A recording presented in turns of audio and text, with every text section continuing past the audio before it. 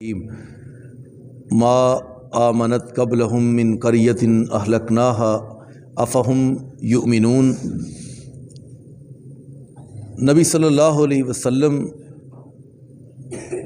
دے خلاف اہل مکہ نے بہت زیادہ بہتان الزامات آپ دے دل دکھان والیاں باتاں کیتیاں، کہیں شاعر، کہیں مجنون، کہیں دیوانہ، اور کہیں معجزات کے مطالبے۔ نبی صلی اللہ علیہ وسلم کو بہت زیادہ انہوں نے پریشان کیا، تو اللہ تعالیٰ نے فرمایا ما آمنت قبلہم من قریۃ اہلکناہا افہم یؤمنون۔ ان سے پہلے کافی ساری بستیاں تھیں جنہوں نے ایمان نہیں لایا، ان کے ایمان نہ لانے کی وجہ سے اللہ تعالیٰ نے ان پر ایمان سے خالی ہونے کی وجہ سے اللہ نے عذاب کو نازل کیا۔ افہم یؤمنون، کیا اب یہ اہل مکہ اب یہ جو مانگ رہے ہیں کہ معجزات چاہیے، نشانی ہماری منشا کے مطابق فوراً وہ سامنے آ جانی چاہیے، تو اے میرے نبی صلی اللہ علیہ وسلم، پہلے بھی تو لوگ تھے، ان کے پاس معجزات آئے، نشانیاں آئی، لیکن انہوں نے معجزات دیکھ لینے کے باوجود بھی اپنے نبی کو نہیں مانا تھا، تو لہٰذا اللہ تعالیٰ نے پھر عذاب نازل کر دیا۔ تو کیا یہ ایمان لائیں گے اہل مکہ اب؟ وما ارسلنا قبلک الا رجالا نوحی الیہم، اور نہیں بھیجا ہم نے آپ سے پہلے کسی نبی کو مگر وہ کیا تھے؟ مرد، الا مگر رجالا، مرد تھے، نوحی ان کی طرف وحی کی جاتی، نوحی الیہم فاسألوا اہل الذکر ان کنتم لا تعلمون، اور اہل علم سے سوال کر کے پوچھ لو اگر تمہیں نہ بھی پتہ ہو، یہودیوں سے پوچھو، عیسائیوں سے پوچھو، ان کے علماء سے پوچھو کہ بھئی جتنے پہلے نبی آئے تھے وہ کون تھے؟ وہ انسان تھے۔ اللہ نے اتنا کھول کھول کر واضح طور پر اس چیز کو بیان کیا ہے، ایک ایک لفظ اتنا آسان ہے اور سادہ ہے جس کو سمجھنے میں کوئی دقت اور پریشانی بھی نہیں ہے، ایک ایک ترجمہ اتنا آسان ہے۔ اور نہیں بھیجا ہم نے آپ سے پہلے کسی رسول کو الا مگر رجالن، وہ مرد تھے۔ ایک تو مسئلہ یہ حل ہوا، کوئی عورت نبی بن کر نہیں آئی، کوئی عورت رسول بن کر نہیں آئی، جتنے بھی نبی آئے وہ سارے کے سارے مرد تھے، مردوں میں سے، اور اللہ تعالیٰ نے پھر انہی میں سے اس قوم میں سے اللہ نے اپنے رسول کو منتخب فرمایا۔ ایک تو مسئلہ یہ حل ہوا کہ کوئی عورت نبی نہیں بنی، نہ ہو سکتی، اور اللہ تعالیٰ نے سربراہ بھی جو ہے وہ مرد کی ڈیوٹی لائی، وہی سربراہ ہو۔ چھوٹا سا جانور ہے ہدہد، وہ کہتا ہے کہ وہاں چاند ستاروں کی پوجا ہو رہی ہے اور ان کی سربراہ عورت ہے، چھوٹا سا جانور، وہ پھرتا پھرتا وہ صبا سے آیا جب، تو اللہ کے نبی حضرت سلیمان علیہ السلام کو کہنے لگے جناب حکمران آپ ہیں، بادشاہ آپ ہیں، لیکن ایک خبر میرے پاس ہے جو آپ کے پاس نہیں ہے۔ فرمانے لگے وہ کیسی؟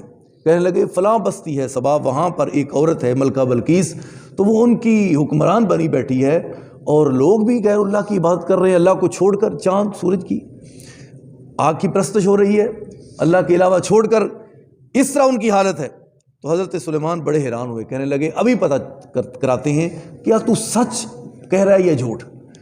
تو جب وہ سارا واقعہ لمبا چوڑا، جب قصہ مختصر، جب بات تہ تک پہنچی تو واقعی حقیقت تھی، اور پرندے نے آ کر وہ، یعنی پرندے کو بھی یہ گوارا نہیں کہ ان کی حکمران عورت ہو، اس لیے اور اللہ کو چھوڑ کر کسی اور کے سامنے سجدہ کیا جائے، چھوٹے سے جانور نے آ کر یہ عجیب سمجھا، اور اللہ کے نبی سلیمان کو آ کر کہا کہ یہ ہو رہا ہے وہاں پر۔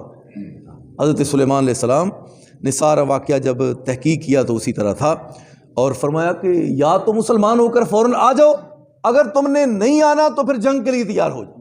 ملکہ نے بڑے بڑے تحفے سونے کے اور بڑا بڑا قیمتی چیزیں بھیجی، ہو سکتا ہے دنیا دار بادشاہ ہوا تو وہ تحفے دیکھ کر وہ خاموش ہو جائے گا، لیکن حضرت سلیمان علیہ السلام وہ ان کو ان تحفوں کی کیا ضرورت تھی؟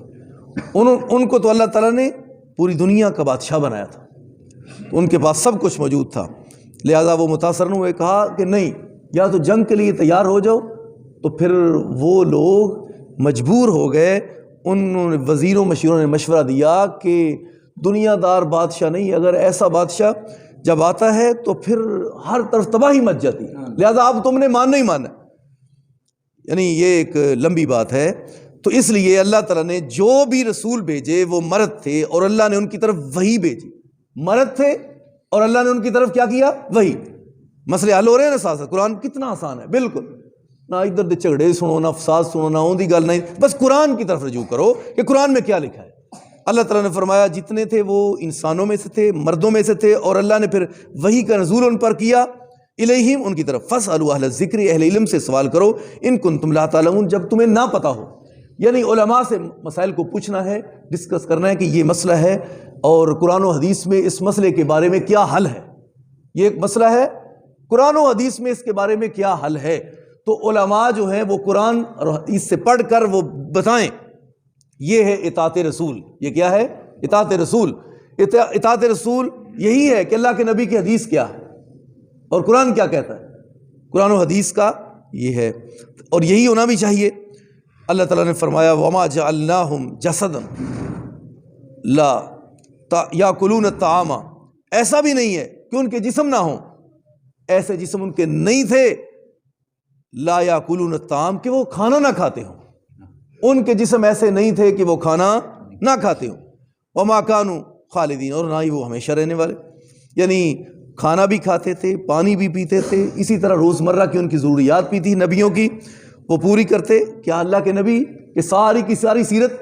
اور ماں جی عائشہ رضی اللہ تعالیٰ عنہا فرماتی ہیں حضور صلی اللہ علیہ وسلم جب ان کی شادی ہوئی تھی نا ماں عائشہ کی، تو وہ ان کی عمر چھوٹی تھی، اس وقت چھوٹی عمر تھی، 9 سال کی عمر میں تو رخصتی ہوگی. تو ان کے جو کھلونے تھے نا وہ گھر سے حضرت ابوبکر صدیق ان کے باپ تھے، تو ام رومان ماں، تو وہ سامان کھلونے وغیرہ ساتھ ہی لے گئے. ان میں ایک چھوٹا سا گھوڑا تھا. تو حضرت ماں عائشہ رضی اللہ تعالی عنہا وہ اپنے کھلونوں سے کھیلتی تھی، تو چھوٹا سا گھوڑا تھا. تو حضور تشریف لائے تو پاک نبی صلی اللہ علیہ وسلم نے فرمایا یہ گھوڑا عائشہ کیسا ہے، اس کے پر ہیں. یہ کیسا گھوڑا ہے، اس کے پر بھی بنے ہوئے. چھوٹا سا کھلونا تھا نا. تو حضرت عائشہ رضی اللہ تعالیٰ عنہ کے علم کی طرف دیکھو اور حافظے کی طرف دیکھو اور ان کی دور اندیشی کو دیکھو اور ان کے مطالعے کو دیکھو. چھوٹی سی عمر ہے اور پتہ کیا جواب دیا حضور کو؟ حضور آپ حیران ہو گئے میرے چھوٹے سے کھلونے اور گھوڑے کے پر دیکھ کر. کیا حضرت سلیمان کے گھوڑوں کے پر نہیں تھے؟ حضرت سلیمان علیہ السلام کے گھوڑے تھے، ان کے پر بھی تو تھے. تو پتہ یہ چلا کہ وہ بڑی دور اندیش اور بڑا علم اور بڑی ذہین تھی. کتنے مسئلے حل ہو رہے ہیں. اور فرماتی ہیں کہ حضور میرے ساتھ گھر میں دوڑ لگاتے، کبھی آقا آگے نکل جاتے، کبھی میں آگے نکل جاتا. تو یہ تھا گھر کا ماحول. حضور صلی اللہ علیہ وسلم بڑا خوبصورت ماحول. کام کاج بھی ساتھ ہاتھ بٹاتے عورتوں کے. گھر کے کاموں میں بھی بکری کا دودھ حضور خود دھوتے. بکری کا جوتا ٹوٹ جاتا تو میرے پاک نبی صلی اللہ علیہ وسلم خود سوئی لے کر اس کو پیوند لگاتے، اس کو ٹانکے لگاتے. نبی صلی اللہ علیہ وسلم سارے کام کرتے تھے. اسی لیے اللہ نے فرمایا لقد کان لکم فی رسول اللہ اسوۃ حسنہ، میرے نبی صلی اللہ علیہ وسلم تمہارے لیے بہترین نمونہ ہے. آقا کو دیکھنا ہے، وہاں سے دیکھ کر اپنی زندگی گزارنی ہے. نبی صلی اللہ علیہ وسلم، اللہ تعالیٰ یہ نہ کوئی سمجھے کہ اللہ تعالیٰ نے آپ کو انسانیت میں سے بھیجا ہے تو پھر انسان تو ہمارا ذہن تو نہیں مانتا. یاد رکھو کہ اللہ تعالیٰ نے کتنی عظمت ان کو عطا فرمائی ہے کہ اللہ تعالیٰ کے نبی فرماتے ہیں کہ اللہ نے پوری اولاد آدم کا میں محمد کو سردار بنا دیا. پوری اولاد آدم کا سردار بنا دیا. نبی صلی اللہ علیہ وسلم کی یہ عظمت ہے. جنت کا دروازہ کھلانا ہے تو آپ نے، حوض کوثر کے وارث ہوں گے تو آپ، شفاعت ملے گی تو حق آپ کو، اور جھنڈا ہوگا معاشر کے میدان میں تو آپ کا. حوض کوثر بھی آپ کا، شفاعت بھی آپ کی، اور سب سے بڑی امت بھی آپ کی، اور عظمت بھی آپ کی. کسی نبی کو یہ نہیں. آپ سجدہ ریز ہوں گے عرش کے نیچے، اور اللہ تعالیٰ کیا فرمائیں گے؟ ارفع راسک، میرے نبی سر تو اٹھاؤ، سل توتا، آپ سوال کریں میں اللہ دیتا جاؤں. تو اس لیے نبی صلی اللہ علیہ وسلم ان کی خوبیاں، عظمت، شان اللہ نے بہت عطا فرمائی. وما صدقناہم الوعد فانجیناہم، اور پھر اللہ تعالیٰ نے اپنا وعدہ بھی سچ کر دکھایا. فانجیناہم، پس ہم نے ان کو نجات دی. کن کو؟ جو نبیوں کے پیروکار سچے لوگ تھے، تابع دار تھے. اللہ نے پھر ان کو کیسے بچایا؟ حضرت لوط علیہ السلام کی بیٹیوں کو کیسے حفاظت سے نکالا، اور نبیوں کے پیروکاروں کو مال. اس کی مثال یعنی جس وقت رات کے وقت حضرت موسیٰ علیہ السلام اپنے پیروکاروں کو لے کر نکلے تھے نا، سمندر پر پہنچے، دریا پر تو کراس کر رہے تھے، تو پیچھے سے فرعون کو پتا چلا، وہ بھی نکلا اپنے گھوڑوں پر، سواریوں پر. تو اللہ تعالیٰ نے پھر نجات کیسے دی؟ جب ان کو پار کر دیا، وہ پار ہوئے دریا سے تو پیچھے فرعون اور اس کی فوج بھی ساری اور سارے اس کے پیروکار. جب وہ درمیان میں پہنچے آگے موسیٰ علیہ السلام اور آپ کے صحابہ وہ تو کراس کر چکے تھے, تو اللہ نے حکم دیا تھا کہ 12 ہی قبائل ہیں تو 12 ہی خشک راستے بن جائیں. تو دریا میں سے 12 خشک سڑکیں بن گئی, ایک دوسرے سے باتیں کرتے کراس کر رہے ہیں. جب کراس کر کے نکلے آگے تو اللہ نے سلامتی سے جب کنارے پر لگایا تو پیچھے سے جب درمیان میں فرعون اور اس کی ساری ہمنوار فوج پہنچی تو اللہ نے فرمایا اے دریا ابھی بھی تو اسی طرح ہے, یہ تو میرا دشمن ہے, روانگی اختیار کرو. سڑکیں ختم ہو گئی, اب فرعون غرق ہو رہا ہے.